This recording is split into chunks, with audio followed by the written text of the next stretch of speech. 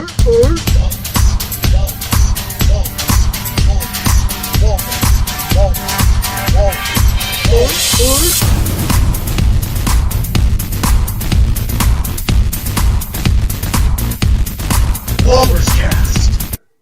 Welcome back, everybody, to WalrusCast.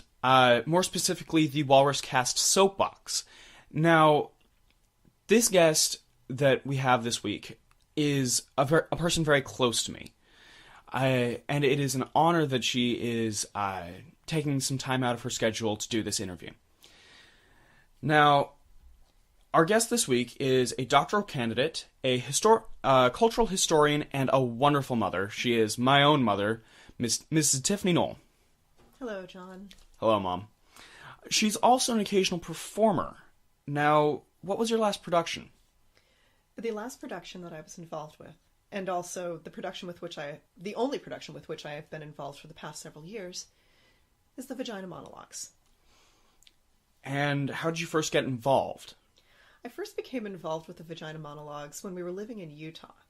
This would have been, I believe, the spring of 2007. And I had gone to a performance the year before, and when auditions became open, I had to go in and see what I could do. You sure it was 2007? Certain of it. I graduated that year. Ah, okay. And what was your first monologue? Well, that first year I actually performed two. My debut monologue in the middle of Utah Valley, Utah, which, just for the record, is the most politically conservative place in the entire nation. I'm sure there are others that would give it a run for its money, but... So, okay, with that all in mind, my very first monologue was Reclaiming Cunt. You're kidding. No, I wasn't. I was wearing a very beautiful black evening gown, tall heels, a wrap around my arms just so that my shoulders were entirely bare. Because remember, this is Utah, and bare shoulders are not welcome usually. I got up to the mic, I stepped out of my shoes, and I got comfortable.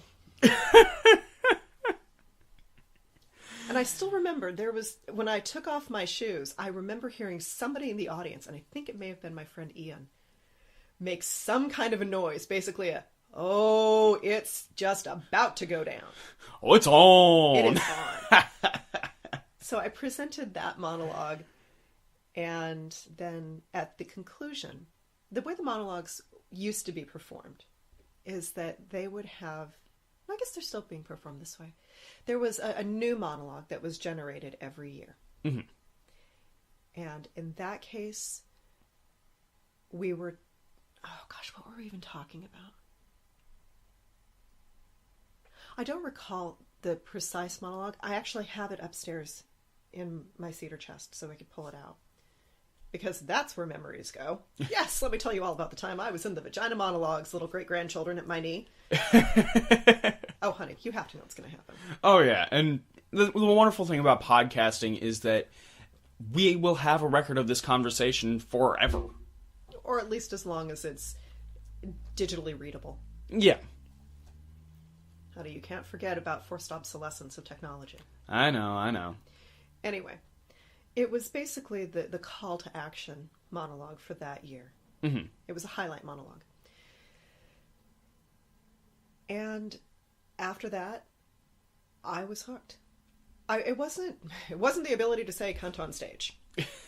It was the community of women with whom I became involved. And I'm still friends with several of the women with whom I performed back in Utah. What was the other monologue? Well, those are the two I did that year. It was Reclaiming Cunt, and then there was the Spotlight monologue. Oh, okay. The year following, 2008, I performed Because He Liked to Look at It. Which is an absolutely charming monologue, too. It is. It's not just about a woman getting to know her own body and stop disassociating herself from her own body, but also being able to see herself through somebody else's eyes. And I think I saw a lot of myself in that monologue because of your father. I know that your father sees me as beautiful. And it was a very personal monologue for me. And in years since? In years since, I have performed The Woman Who Loved to Make Vaginas Happy, which is an interesting one for me because I identify as straight and cisgendered. Yes. And that monologue is about a woman who does sex work exclusively with women. And that particular... I did that monologue for the first time here in Ohio in 2009 as an auditioned piece. Right. In 2010, the original performer dropped out, and I was pulled in by the director at the last minute. Right. Now, which year was it that you were told to wear this horrible, awful shawl and big hoop earrings for that monologue? That was 2009. Oh, boy. The director had a very specific image of what a sex worker looked like. And I disagreed strenuously. Agreed. Believe it or not, that's actually a conversation that ended up coming back around when I was teaching cultural pluralism last year. Last semester, we were talking about how there was a African-American actress who was walking with her Caucasian husband, and a police officer, for whatever reason, whether it was a tip-off or just driving past or what have you, decided that clearly she was a sex worker. Oh, boy. Because she was African-American and she was being seen with a white man. And one of my students said, "But what was she wearing?" Oh, no. And my response was, she was wearing clothes. There you go. And she said, no, isn't there like a uniform that sex workers wear? And I said, no, what they wear is clothes. They wear clothes. There is no such thing as a uniform. So cut it out. I may have kept that last part internal as opposed to external, but the vibe was very definitely there in the room. Right. So anyway, I think that's part of why... That may have actually been the seed of why I object so strongly to that. Well, you better slut it up if you're going to be playing a sex worker. Oh, boy. Now, in the year that followed, there was no such demand. Okay, good. No, my director that year was fantastic. And again, it's that bonding, that community of women. And she just let me wear whatever I was going to wear. And in that case... it was a suit, a black suit, not a navy one, because that's reserved for corporate law. It was a suit, and it was heels, and it was me and a desk. There you go. And that was it. That was all we needed. And we got the point across. And admittedly, for any of you who have not seen the Vagina Monologues, there is a section in The Woman Who Loved to Make Vaginas Happy. It's the climax, if you will. I think I know where we're going here. Yep. Where you are talking about the various sounds that can be elicited from a woman as she is orgasming. It is known as the moans section. Oh, yeah. Oddly enough, I don't think that was one of them. Actually, that was the one that I saw the year I went, and that was the Kool-Aid Man moan. Okay. Yeah, now I should probably also state for the record that there's a prescribed set of moans listed in the script. But some productions add their own unique, regional, local twist. Right. I will never forget the year we had the Star Wars moan. The Star Wars moan? Yes.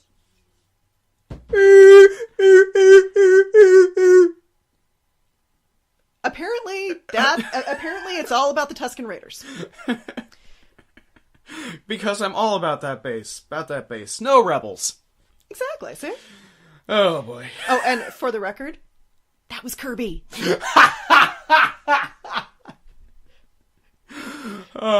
Sweet, wonderful Kirby with her gaffy stick up above her head. It was wonderful. Now, do you have a favorite or most inspiring monologue? I thought you were going to say moan, and I'm just like, oh no, I'm good. Thanks.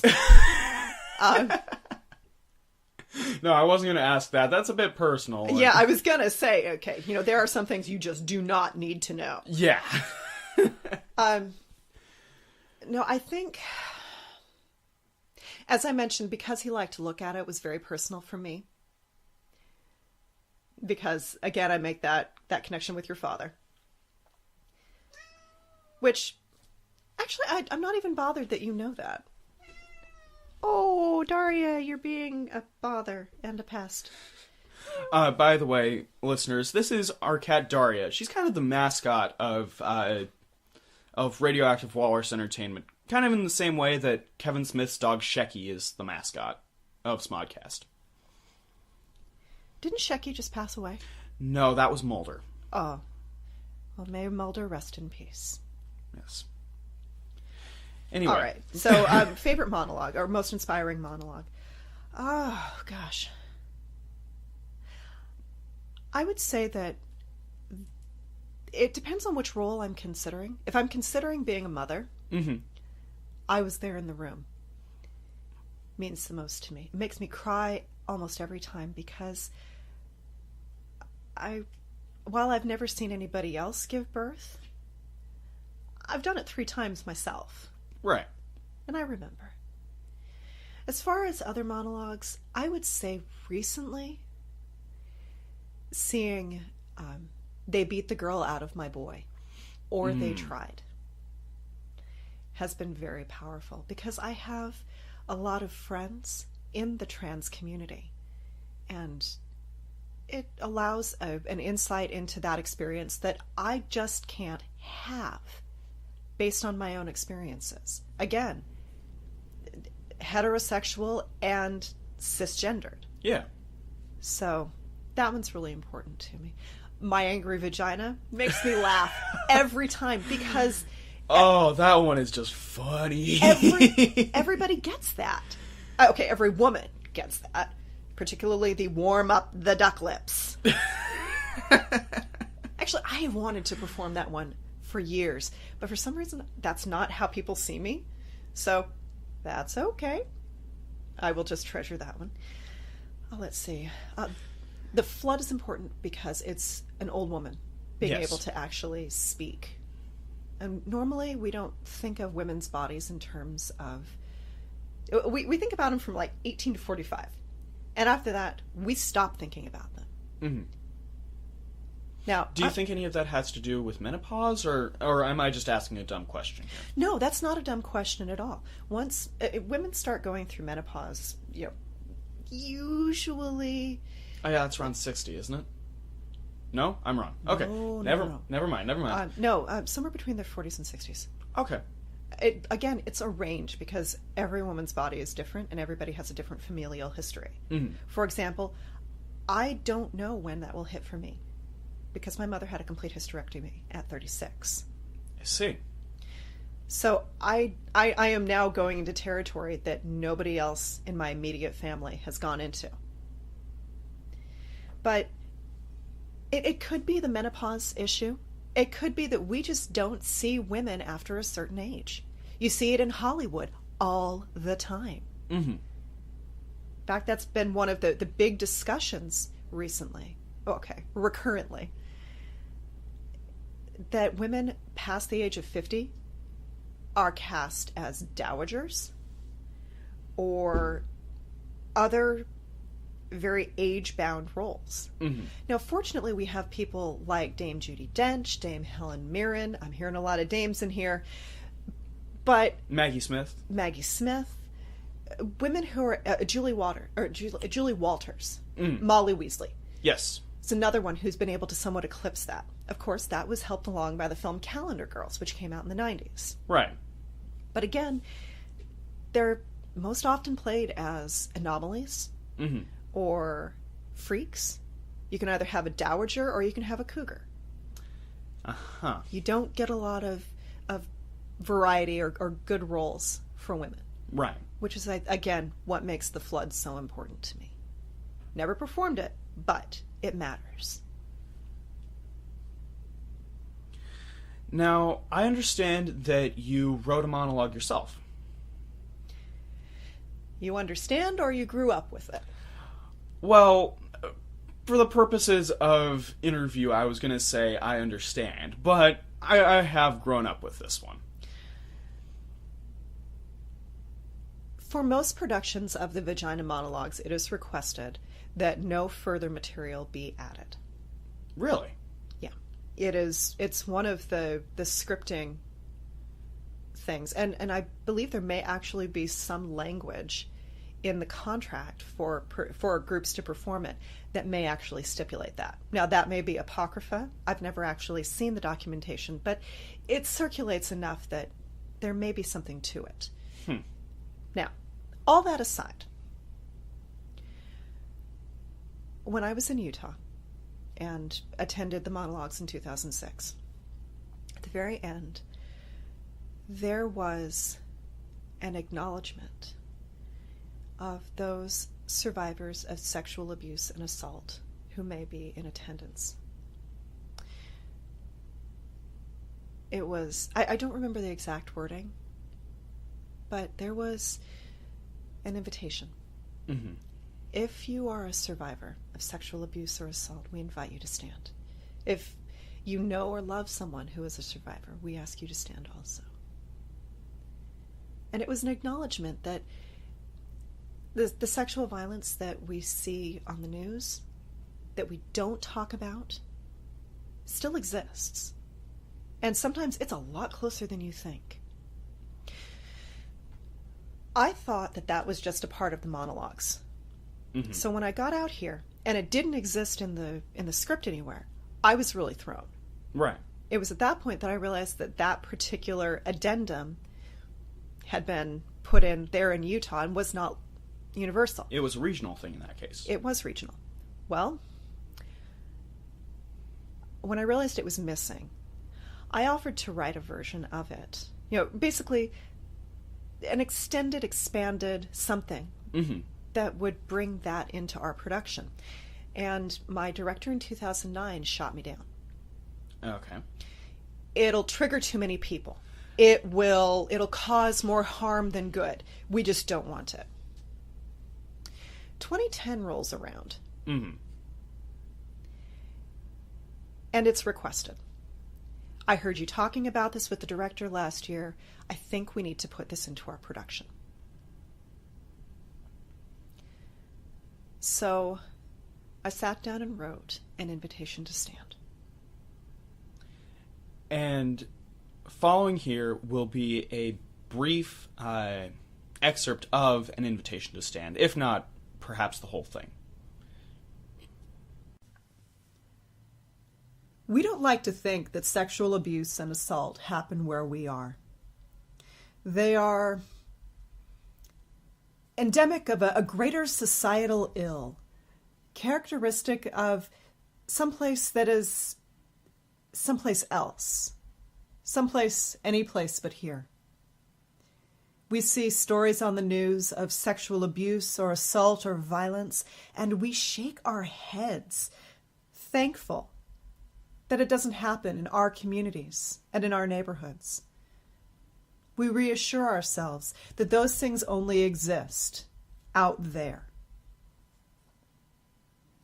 But sexual abuse and assault are not things that merely exist out there. They exist here, in this room, often hidden because of shame or fear or hopelessness. Look around the room. You may be sitting next to someone who is a survivor of sexual abuse or assault. You don't know our faces because we look just like you. Unless we choose to tell you, you may never know that someone close to you is fighting those battles or facing those demons. If you are a survivor of sexual abuse or assault, we invite you to stand. If someone you know or love is a survivor of sexual abuse or assault, we invite you to stand also. Please remain standing. Now, look around the room. Recognize that you are not alone. We invite you to join a community of survivors, of supporters, and of those who seek to end violence not only against women, but violence against all of us. These things exist here with us in this room, and we will not be afraid. Thank you.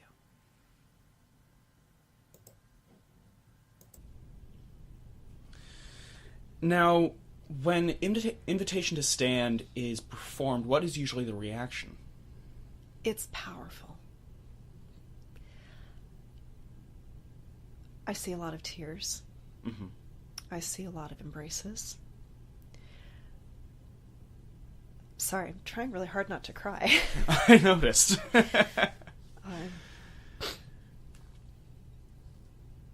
I see hope. And I see a start.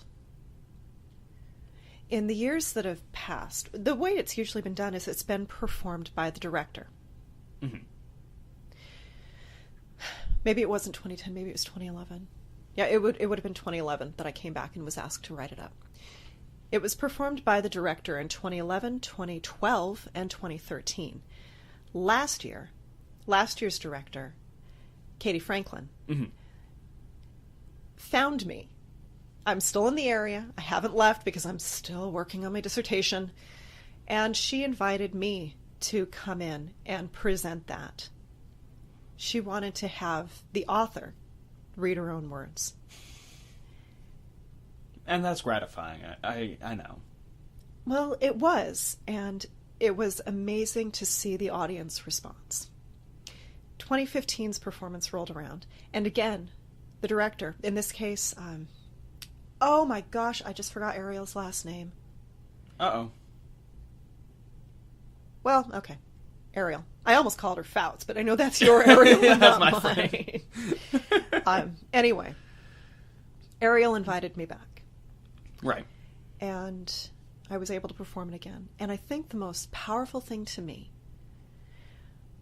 was cast members from this year's production who came to me and said, I heard you last year, and this monologue got me started on healing. It opened a door and started a conversation and made it possible for me to heal. That's amazing. Yeah.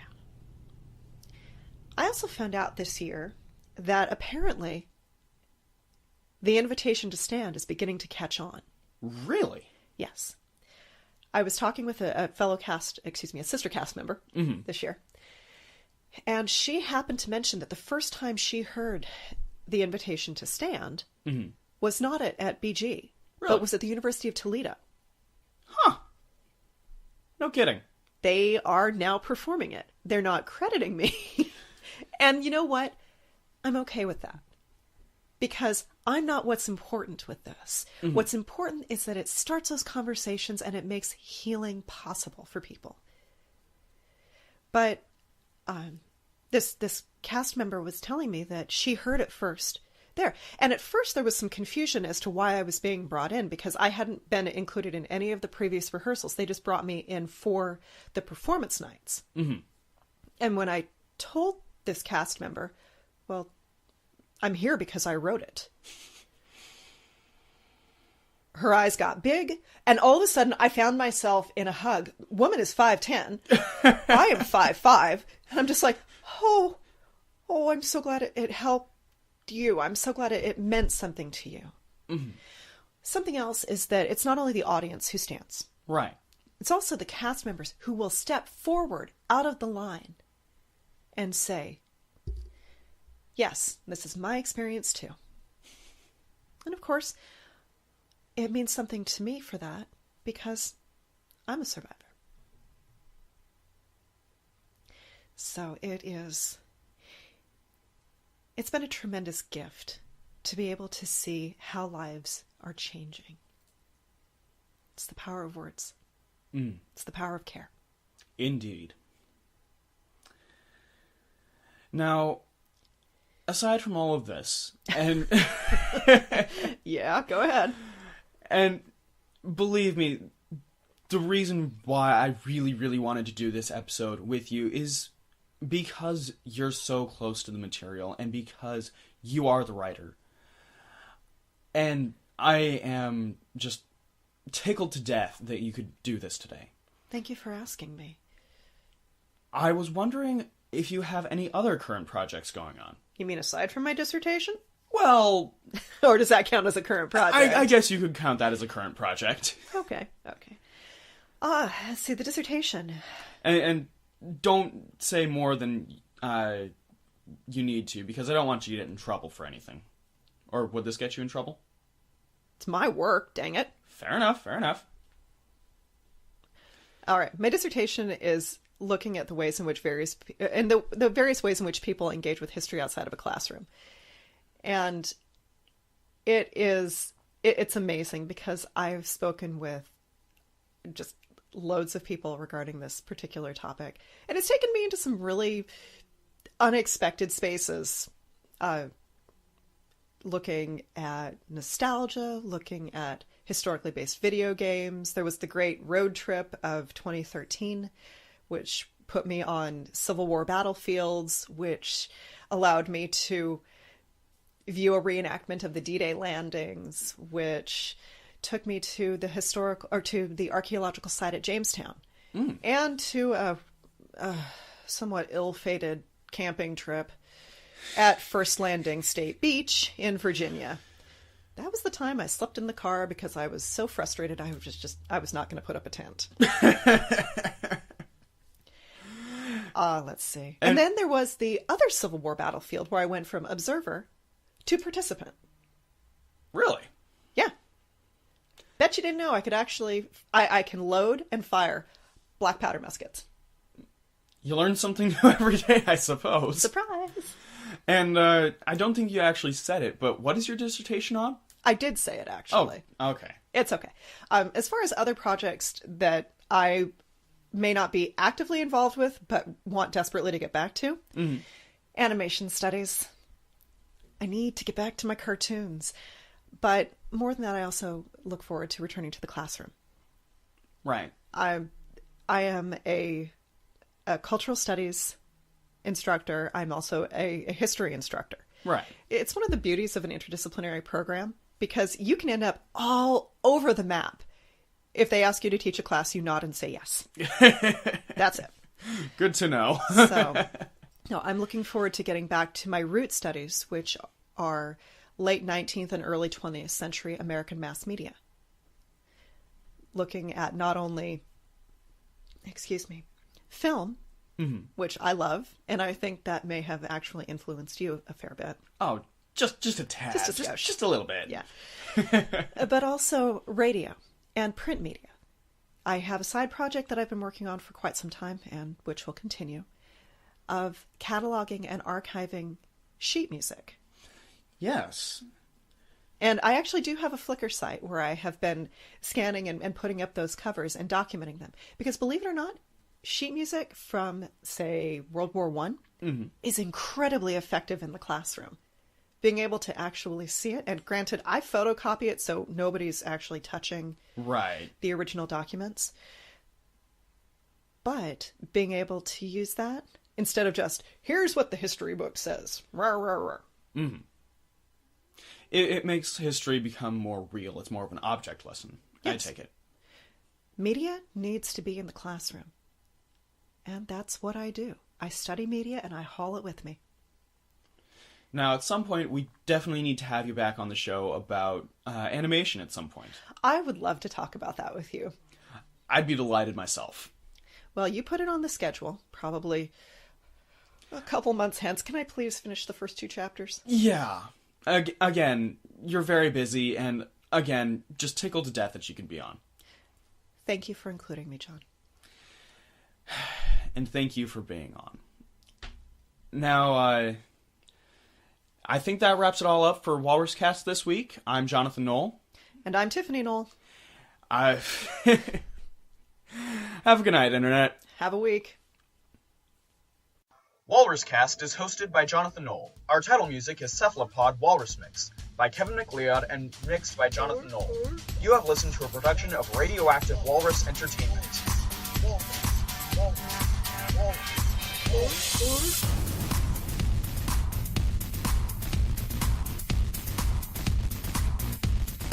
WalrusCast.